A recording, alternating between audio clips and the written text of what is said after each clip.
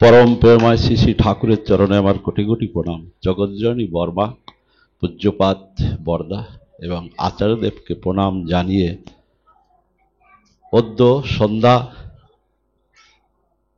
सन्ध्या सत्संगे उपस्थित पूत और पवित्र पांजाधारी कर्मी दादादेर चरणे आमार कोटि कोटि प्रणाम एवं अमृत पथेर यात्री आमार दादा और मायेदेर जानाई आमार श्रद्धापूर्ण जय गुरु प्रणाम। छोटोदेर प्रति भालोबासा। ठाकुर एक कथाय आछे एकादेशे चले जारा तादेर निये समाज गड़ा।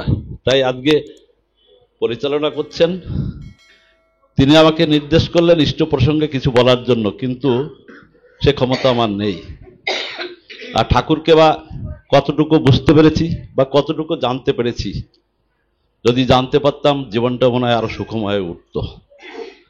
তাই একটা কথা মনে পড়ে গেল, আপনারা সবাই অবগত, সবাই জানেন কেষ্টদাকে, এই ভক্ত, উনি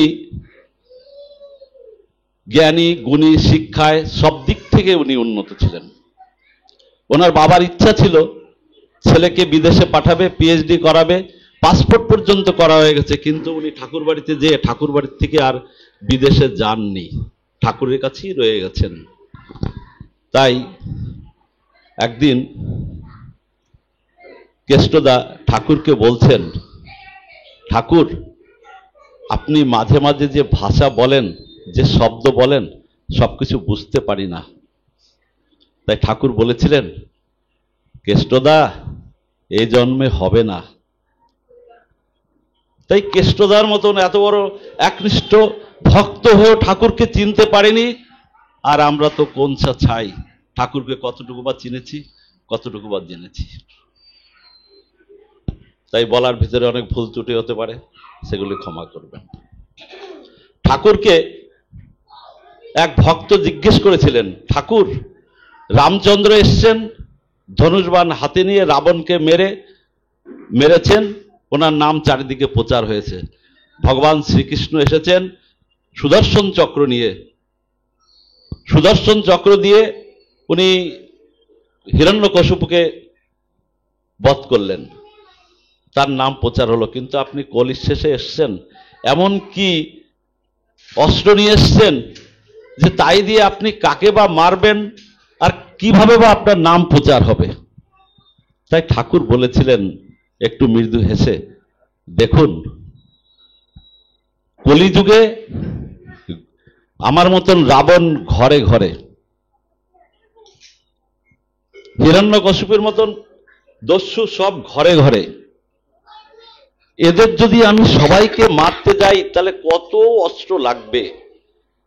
আমি তো সেই অস্ত্র নিয়ে আসিনি, আমি নিয়ে এসেছি শুধু ভালোবাসা আর প্রেম। আমার এই অস্ত্র দিয়েই এই দস্যু বৃত্তি মনোবৃত্তি যাদের, তাদের বধ করার জন্য ভালোবাসা নিয়ে এসেছি আর প্রেম নিয়ে এসেছি।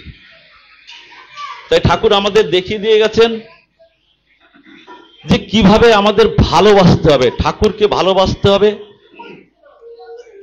আমার পরিবারকে, আমার সমাজকে, আমার গুরু ভাই, আমার গুরু বোন, তাদের কিভাবে তাদের সাথে ব্যবহার করতে হবে, তাদের সাথে কিরকম চলতে হবে, তাহলেই চলতে হবে। এই জিনিসটাই ঠাকুর কিন্তু আমাদের শিখিয়ে গেছেন।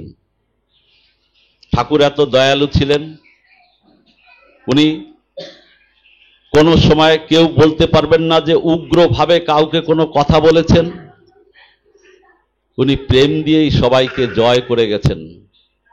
তাই একটা কথা মনে পড়ে গেল, আশ্রমে ঠাকুর তখন বসা, একটা খুনি আসামি, পুলিশ তার পিছা করছে, তাড়া করতে করতে তাকে তার প্রাণের ভয়ে সেই ক্রিমিনাল মার্ডারকারী সে ঠাকুর মন্দিরে মানে মন্দিরে এসে ঢুকেছে। তখন ঠাকুরকে দেখে এক কোনায় যে চুপচাপ বসে আছে। ঠাকুর তো অন্তর্যামী, উনি তো বুঝতেই পারেন সবাইকে। তো ঠাকুরের মন্দিরে যখন পলানো অবস্থায় আছে, সেই অবস্থায় পুলিশ এসছে। পুলিশ এসে ঠাকুরকে জিজ্ঞেস করেছে, আপনার মন্দিরে, আপনার আশ্রমে কি কোনো এরকম ক্রিমিনাল আসামি আছে যে এখানে পলিয়েছে, এখানেই আসছে, সে এখানে আছে? ঠাকুর এক কথাতেই কি বলেছেন, কত প্রেম তার ভিতরে দেখুন। উনি বলেছেন, না তো, আমি তো দেখিনি এখানে কেউ এসছে, ক্রিমিনাল, মার্ডার কেসের আসামি, পুলিশ তাকে খোঁজ করছে, কিন্তু ঠাকুর আশ্রমে যখন এসছে তখন ঠাকুর কি বলেছেন, না তো, আমি তো তাকে দেখিনি। পুলিশরা ফিরে চলে গেল। ওখানকার কর্মী যারা ছিলেন ঠাকুরের একনিষ্ঠ ভক্ত, তারা এসে ঠাকুরকে বললেন, ঠাকুর আপনি এ কি করলেন?